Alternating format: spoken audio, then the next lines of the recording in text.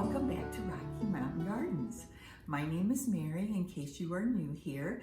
And guys, today it is Flipping Friday, and I'm going to be doing 5 wonderful flips for my garden edition of Flipping Friday.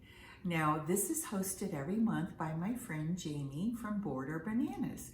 And she has 2 channels, so I'll link both of them down below for you. And guys, if you really enjoy flipping and doing makeovers or watching people do makeovers for inspiration, well, there'll be a playlist as well for you down below in my description box. So let's jump right in. Here is a birdhouse that I thrifted from Salvation Army a while back. I showed it in one of my thrift flips. And I mentioned that I didn't love the colors. So I've gotten some colors on a little plate here, and I'm going to change the colors of the birds and work on the flowers and the leaves as well. So the first thing we will start with is this heart up here in the top. I will be starting by painting this red heart, a very pretty pink color, and it turns out that one coat did not cover that dark red well enough. So I did wind up doing 2 coats on it, but you know, this acrylic paint dries really very quickly, so I didn't have to wait too long for that second coat. And now I'm pointing out that yellow bird, which is an orangey yellow, like I said, and I'm using this very lemony yellow. And I just like it so much. It's such a prettier, in my mind, it's such a prettier shade of yellow. And guys, don't let my taste influence you. We can all choose what we love. And for some of you, this might have looked fine, this little birdhouse design without changing colors. But for me, this is what I like, and so that's what I did. But you know, if you're an orange, red, and yellow person, just really go with it in your decor and everything that you design. You need to, and we all do, need to think about choosing what pleases us and what makes us happy in our homes. So as you can see, I'm just adding some of this bright yellow, lemony yellow color to the sunflower.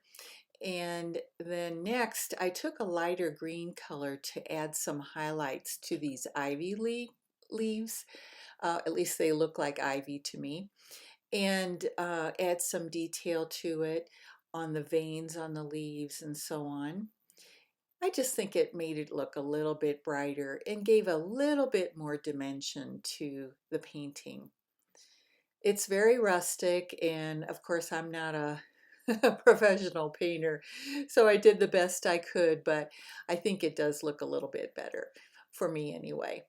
And so I'm finishing that up, and at the bottom of this design there was this dark green paint, and I decided to lighten it up with pouncing on some lighter green color onto that, you know, what looks like grass at the bottom of the design. You can see it here. And you might notice that I also added some gray edges onto the holes of the birdhouse to give it a little bit more realistic dimension. For my next flip, I got these 4 letters to spell the word grow from one of my girlfriends, and they're already painted pink. She actually got them for free at an estate sale and gave them to me. So that was a wonderful thing. And I'm leaving the G, the pink color, and I'm going to paint the other 3 letters, each a different color. And I did green, blue, and lastly yellow. I had to do a second coat on the R, and I picked a little bit lighter color of green for it, so I think it looks better now. This is an old chair that I found for free on a garage sale, neighborhood sale, and it was sort of painted a whitish color, but Here you can see that I'm having super amount of chipping, which is, you know, kind of okay for the rustic look I'm going, but on what remains of the seat here, it's really bad. So I'm going to get my wire brush and get this chair cleaned up because I plan to paint it in a new color. Can you guess what color I might use? My wire brush is the best tool for removing all this chipping paint and getting the chair ready for the new color that I've picked. And I'll wipe it down when I'm done scrubbing it with a damp cloth to remove all the dust. To add a little funkiness sort of to my garden, I'm using this acrylic paint. It is called Bright Blue, made by Apple Barrel. And I always like to start on the underneath sides of my projects and then flip them over. So I have this partially painted so far, and we're going to go ahead and quickly get it finished up. Are you surprised at this super bright blue color? It came out a little brighter than I expected, but I do like it. And I'm going to place it amongst plants in my garden where that blue color will really stand out amongst the green. And guys, you can notice, of course, that this chair had no seat. So what I did is I went to Walmart and bought a planked wood piece that was like 12 inches by 14 inches. You can find them in the crafts section at Walmart. And I'm just going to lay that piece across the open hole where the seat was, and then I can place a plant on top of it. It'll look really nice out there in my garden this summer. And of course, you'll get a chance to see it when I give a garden tour later. Here I'm just finishing up the top part of the chair, and now I'm switching to the seat part and just, you know, getting this done relatively quickly. It was really not a super long project to do. And I decided to only give it one coat and let some of that white even show through a bit. I thought that would look a little bit nice. And also, guys, I will later, when we have better weather, take this outside and spray it with a polyacrylic type of spray. And here's a sample of what I will be using. It is by Rust-Oleum, and it is a matte clear finish. And one thing that's especially good for outdoors is that it has a UV resistant component to it to protect your paint. So that helps it last longer in the garden. And guys, I highly recommend that. And I will be doing 2 coats on this chair. Here's my grunge gray Dixie Belle wax that I will be using on this little piece that I thrifted. I plan to use it as a plant stand out on one of my porches this summer.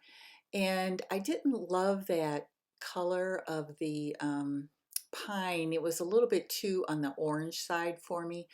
So I tried my brown wax that I've used on some other projects you may have seen, and it didn't give me the effect I was looking for. So I got out the Dixie Belle, and it's a paste wax if you haven't seen me use it on another video. And I'm just, after cleaning up this little sort of stool, you know, really well with a damp cloth, I'm just applying a coat of the Dixie Belle wax on all sides. And this sort of dark gray really does take away some of that orangey color of the pine that it was stained originally.